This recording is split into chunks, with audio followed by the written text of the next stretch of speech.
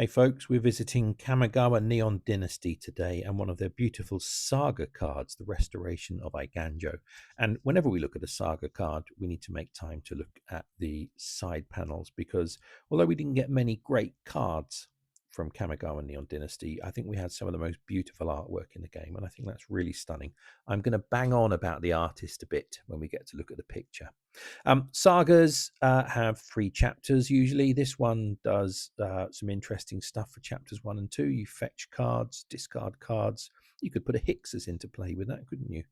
Chapter 2. But we're here for the much more interesting chapter 3, which creates a token, and it creates an Architect of Restoration token. So that's what we're here to do.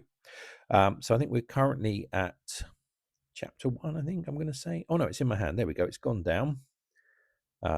So we'll get around to our next go. I'm using Loyal Warhound here, which has First Strike and Defender, just to take out all of Greg's creatures.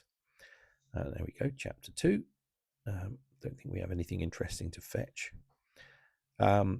Yeah, because I've made so many of these token videos where you sweat and toil and get the token into play, and then Greg immediately kills it in some way, shape, or form. And that's very, very annoying.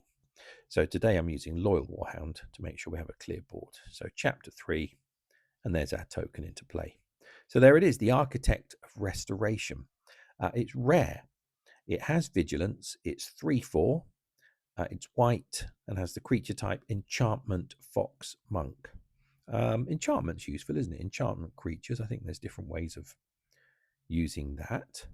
Don't think Fox and Monk do anything. When this creature attacks or blocks, create a Kamigawa colorless spirit token. I did the Kamigawa colorless spirit token in a different video, so you can go and look that one up if you want to remind yourself what that looks like, or just wait till the end because I need to test that this actually works. There's the artwork, absolutely stunning. It looks like a kind of sgraffito on clay, doesn't it? And actually there's the architect doing a bit of chiseling, a bit of masonry himself with his flowing robes. Really beautiful. I love that kind of Japanese style art that Kamigawa brought us. I want to talk about the artists, though. I know I do talk about these artists a lot, but it's so important because if this was just text on card, we wouldn't play it. This is Titus Lunter. What a brilliant name, by the way. He's done over 190 cards in Magic the Gathering. Loads of them have entered our world in Puzzle Quest. Probably the most famous or well-known one that you've loved and used is Beacon Bolt. So the Beacon Bolt is one of Titus Lunter's cards. Now, you can go onto the artist website and support them by making a very small purchase. And I'll tell you how. All of the artists usually sell originals and prints and all sorts of other things. But I think one of the nicest things to own is an artist proof of the card itself. And this is how it works. The artists typically get paid like $800 to $1,000 typically for a commissioned piece of art. And then Wizards of the Coast send them artist proof cards, and they get about 50 regular cards and about 30 foil cards. And they're kind of a thank you, and they're a unique product for the artist to sell. They're white backed, so they don't have the Magic the Gathering back on them.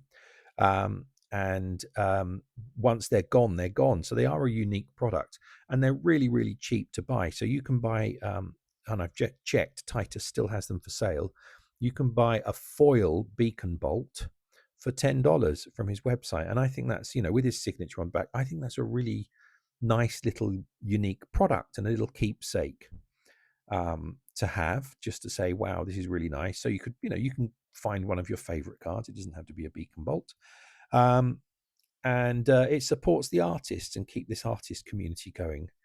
Because I think if we don't, we'll end up in a world of AI generated garbage on our cards, and I think that would be a really, really bad thing. Yeah, so support the artists if you're able to. It'd be a lovely thing to do. Right, we've got some work to do. We need to attack or block and see if we generate a Kamigawa colorless spirit token.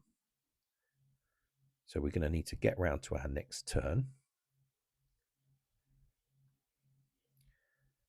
Here we go.